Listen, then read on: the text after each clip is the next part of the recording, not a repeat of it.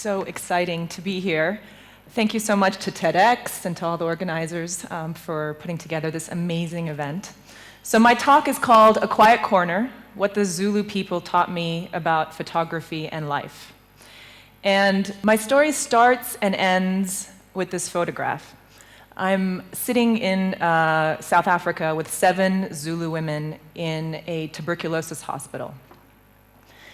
And what I'd like to speak to you about today is how I ended up there, and the person I was when I went there, and the person I was when I left. Just to give you a little background, my work has mostly been here in Armenia. The documentary photography I've done has been focused on issues in Armenia such as poverty, labor migration, domestic violence, refugee issues. So in a sense, my comfort zone as it relates to photography is here in Armenia. So about 10 months ago, when I got on the flight to go to South Africa to take on a completely different topic, I was really intentionally pulling myself out of my comfort zone. This is where I went. I went to a place called KwaZulu-Natal. That's where the Zulu people live. And I went to document the face of AIDS 30 years after the disease was first discovered. And I also was there to document drug-resistant tuberculosis because, as you'll learn, hopefully through this presentation, AIDS and tuberculosis go hand in hand. 5.5 million people in South Africa are infected by AIDS. And specifically, the province that I went to, KwaZulu-Natal, has the highest number of people infected by the AIDS virus, and they're 39% of the population. So 39% of the people I was seeing every day were battling this disease. I'd like to note that this was the cover of The Economist just a few months ago, questioning whether AIDS has actually ended in the world. And since it was first discovered, now AIDS was discovered in Los Angeles and San Francisco the first time, 30 years ago, and since then about 25 million people have died and 34 million have been infected. However, what's happened in the last 30 years is the advent of antiretroviral treatment, ARVs for short. And the death rate is actually dropping now of AIDS because of the possibility of this drugs that's injected to the population. And 5 million lives have actually been saved. So I'm telling you this as a context for how, in terms of how I went to South Africa, having read about what the face of AIDS might look like now. If you Google AIDS Africa, the imagery that usually will you'll first come upon are generally very intense images of death, basically, the end of people's lives. The great photographers of the world have been documenting this issue for eons, way before I ever thought of doing it. And generally speaking, this is the common narrative of AIDS in Africa. I show this because I want you to know that I didn't go alone. I went with a very dear friend of mine, Dr. Zovag Minasyan, also an Armenian American. You can see her up there with behind the X-ray, the chest X-ray, and that's me down there with the camera. So we went together, 2 Armenian women. She's going to do her work at the ARV clinic and see patients every day for 6 weeks, and I was going to go out into the field. So this was the sort of context in which we arrived. So the experience that I went to Africa with, the only experience that I have in documentary photography, is how I relate to people here in Armenia and also in the United States. The first 7 days of my time, my 6 weeks there, felt a little bit like this, which is basically the empty waiting room at the end of a clinic day. So every day, 50 to 100, sometimes 150 people will line up, sit in these chairs and wait for hours to be seen by a doctor, all of them being HIV positive, and having come for a follow-up or to get their drugs or whatever. And the reason I show this image is to give you a feeling of what it felt like for me to sort of show up in this place. And so I had decided that I didn't want to stick around the hospital. We were living, by the way, on the grounds of a hospital in South Africa. I didn't want to stay at the hospital. I'm going to go out into the field with the nurses. So I, showed up to the place where all the nurses get together, and the nurses every day will get in their trucks and they'll actually go out to the villages to see people and to give them their medicine and this and that. And I walked in and I said, hello, my name is Sara Anjargolian. Here's my letter from the Department of KwaZulu-Natal. I will be here to document AIDS and drug-resistant tuberculosis. Nice to meet you.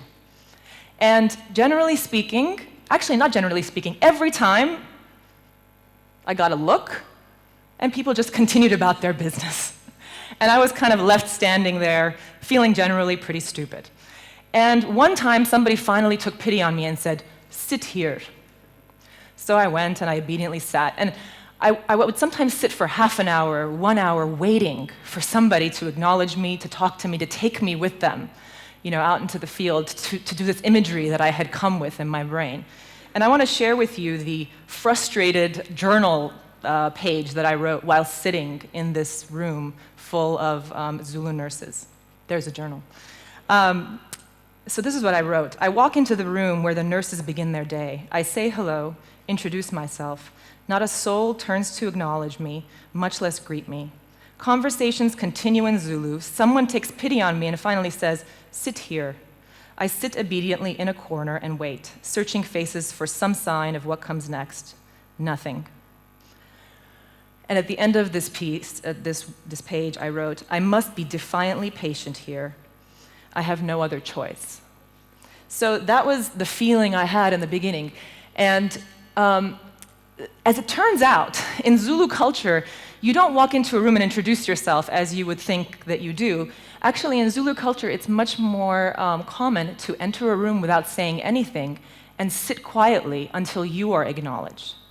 So I spent a lot of time sitting in lots of quiet corners until somebody would take pity on me in the first 7 days, acknowledge me, and sort of grab me, throw me into their truck, and go out into the field to see patients. So after that time period, the world that opened up to me was a world that certainly I had never come with. The nurses took me with the mobile clinics, which basically will see people who are unable to come into the hospital. Oftentimes we would show up to a small shack like this where 50 Zulu women were waiting to be seen. In fact, the hazing didn't end with making me sit in a quiet corner. The hazing continued when they made me stand in front of these women and explain what it was that I wanted to do, and it was translated into Zulu, and they had to give a group consent to even allow me to take out my camera. So the hazing continued far past my quiet corner. People from everywhere would come to these clinics and wait for hours, again, in their quiet corners to be seen. This is kind of a fun picture. So children were also brought in, and this is how children were weighed. I mean, clinics, have a very different meaning there. It could be under a tree. It could be, next to a car. So this is how babies are weighed. And the nurses that finally accepted me into their world took me on many, many appointments in people's homes to basically find out how people were doing. There was all kinds of ailments, not just AIDS and tuberculosis, but many different ailments.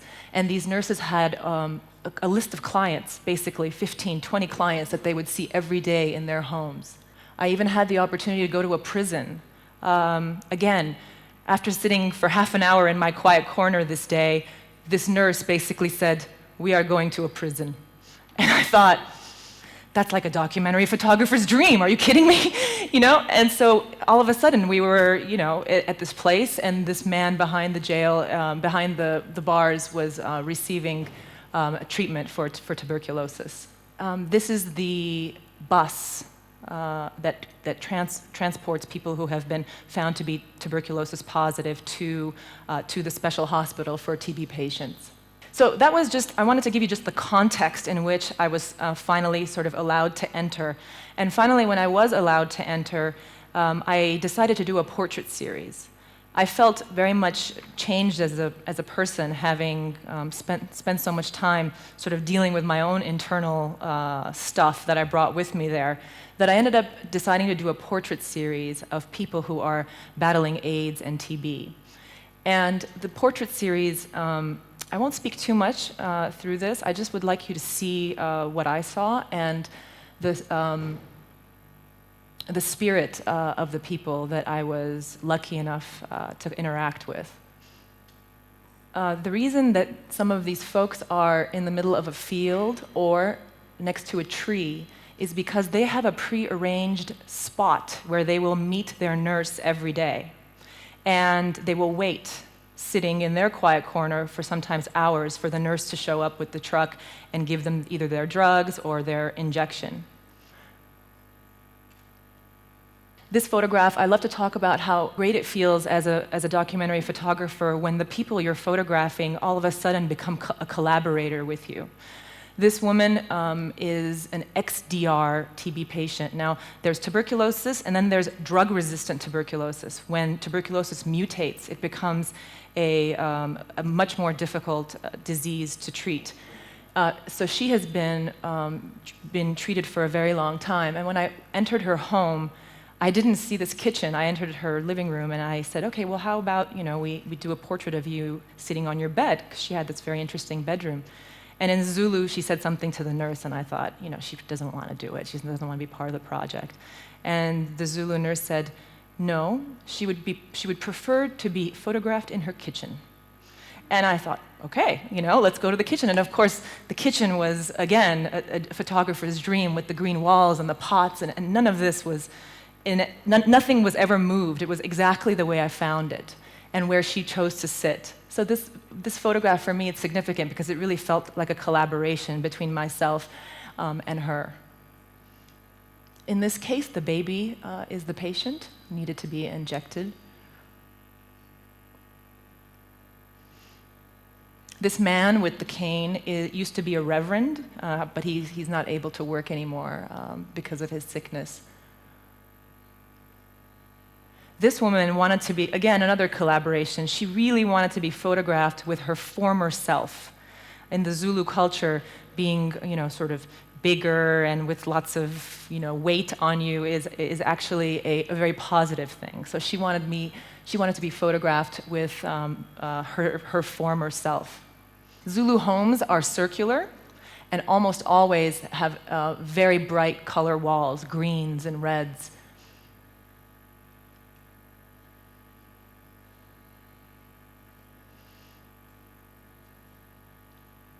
And none of these folks knew that I was coming. They were just waiting for their regular appointment every day. And so none of these homes or anything was changed. It was exactly the way that we found it. This woman, for example, her pre-designated place every day is by this rock, where she will wait for the nurse to come see her. Now, I should go back to this. This was a choice I made to ask her to stand on that rock. The longer I did this project, the less I saw death, and the more I saw an unbelievable, fierce peace among these faces. And that was something that I more and more wanted to capture.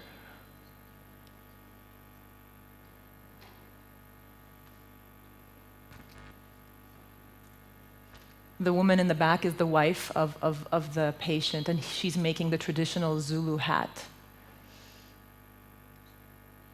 Again, another person who wanted to be photographed with their, former, more, weighty self.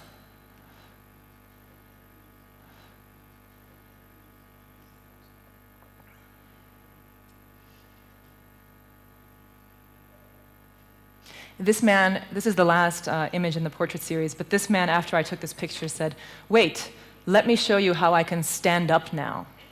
Because before he was taking the medicine, he was completely unable to stand up. And he said, please, take a picture of me standing up as well. So that's the end of the portrait series. These are the images that I ended up printing in the village where we were living. The village was called Tugela Ferry, by the way.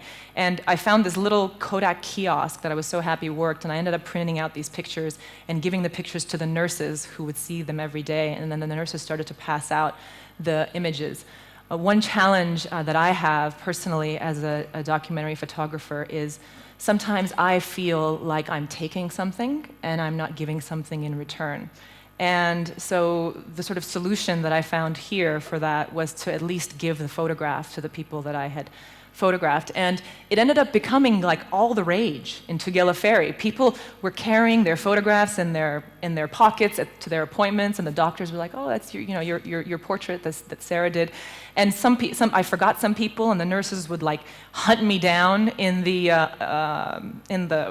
halls of the hospital and say, "Sara, where is Mr. Shabalala's photo? He's been waiting," like. And so it became this, this big deal. Everybody was talking about it, whether the girl came to their house or not. So that made me really, really happy, and it was almost like a certificate of life, a certificate of presence.